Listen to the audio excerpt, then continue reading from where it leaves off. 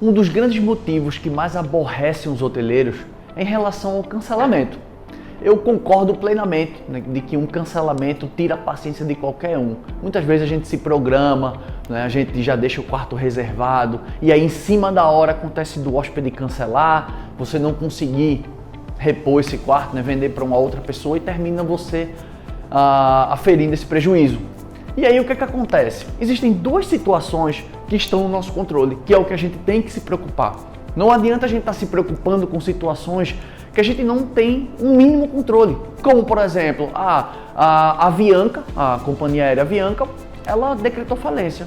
Então, muitos hotéis receberam cancelamentos, porque existiam muitas reservas que estavam atreladas a passagens aéreas, né? Tem operadoras e agências aí que vendem essa casadinha, né? A hospedagem junto com o aéreo. Então, muitos hotéis tiveram prejuízo, outros não.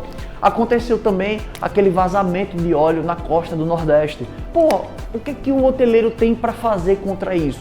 Nada. E aí aumenta o cancelamento, foge do teu controle. E recentemente a pandemia, né? A pandemia aconteceu também, chuva de cancelamento, também não tem o que fazer. Mas existem duas situações que estão ao teu controle, que muitas vezes você deixa passar despercebido e faz, cancelou, mas a culpa às vezes é sua. Então você precisa ter atenção. O primeiro ponto que você deve ter atenção é em relação à interação. Você precisa interagir com seus hóspedes.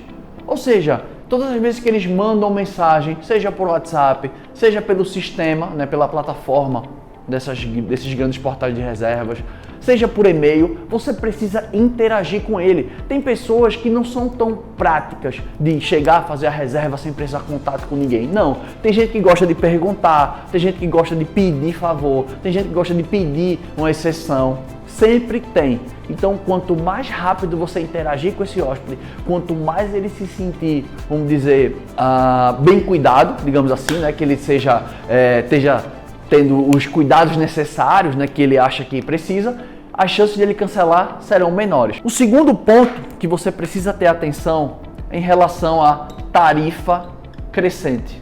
O que é isso, Felipe?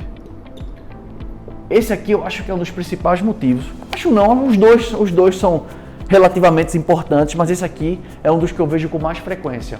Em relação à tarifa crescente, é muito importante que você pense que o seu primeiro objetivo no seu hotel é pagar conta. Você tem que primeiro equilibrar as contas para depois você pensar, vou fazer aquela estratégia nova, eu vou ousar fazendo isso aqui. Por quê? Porque você já garantiu as suas contas. Então, o primeiro ponto que você precisa trabalhar é sempre começando na tarifa mais baixa que você tem, e aí você vai subindo gradativamente à medida que a sua ocupação for subindo. Ou seja, vamos supor que você tem uma tarifa aí de R$200.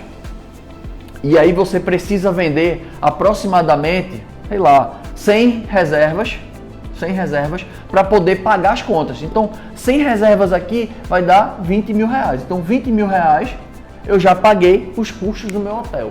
Então, com R$20 mil já garantido, a partir de agora eu posso subir a minha tarifa nos dias que a ocupação estiver maior, nos dias que a demanda estiver maior, e assim eu vou olhando para o mercado também. Também não posso adotar essa estratégia de olho fechado, porque essa subida de preço ela também tem que ser observada em relação aos concorrentes. Eu não posso olhar minha estratégia sozinho e não ver como que anda no mercado.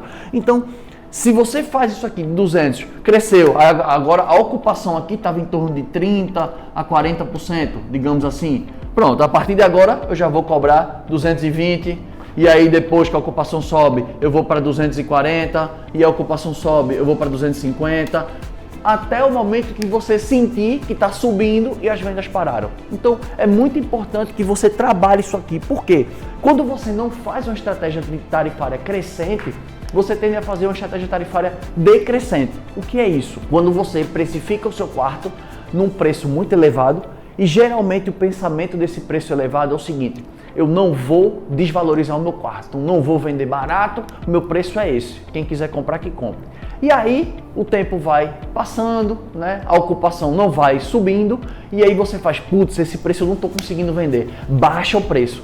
Só que nesse preço que você botou mais caro, algumas pessoas compraram. E aí o que vai acontecer? Quando você baixar o preço, o cancelamento tende a aumentar. Por quê? Porque as pessoas vão se sentir o quê? Pô, se enganado, estou indo para a mesma propriedade, nessa mesma data eu paguei, sei lá, R$350 e agora o cara está cobrando 250, R$200. Bom, então eu vou cancelar e vou fazer de novo. Então, no final das contas, a meu ver, isso nada mais é do que enxugar gelo. Então, o que você precisa é construir uma estratégia crescente que seja sólida, para que as reservas não estejam caindo, porque de nada adianta vender e depois ela cair. Isso é somente, como eu falei, enxugar gelo, é você deixar transportar um balde furado. Vai chegar no final, não vai ter todo o conteúdo líquido que deveria estar dentro do balde. Então, fica muito atento nisso para trabalhar um preço menor e vai subindo gradativo e nada de quedas abruptas, porque quando você faz isso, o cancelamento tende a subir. Então, essas são as duas formas que a gente vê, né, que estão ao nosso controle, que você deve prestar atenção para evitar o aumento do percentual de cancelamento.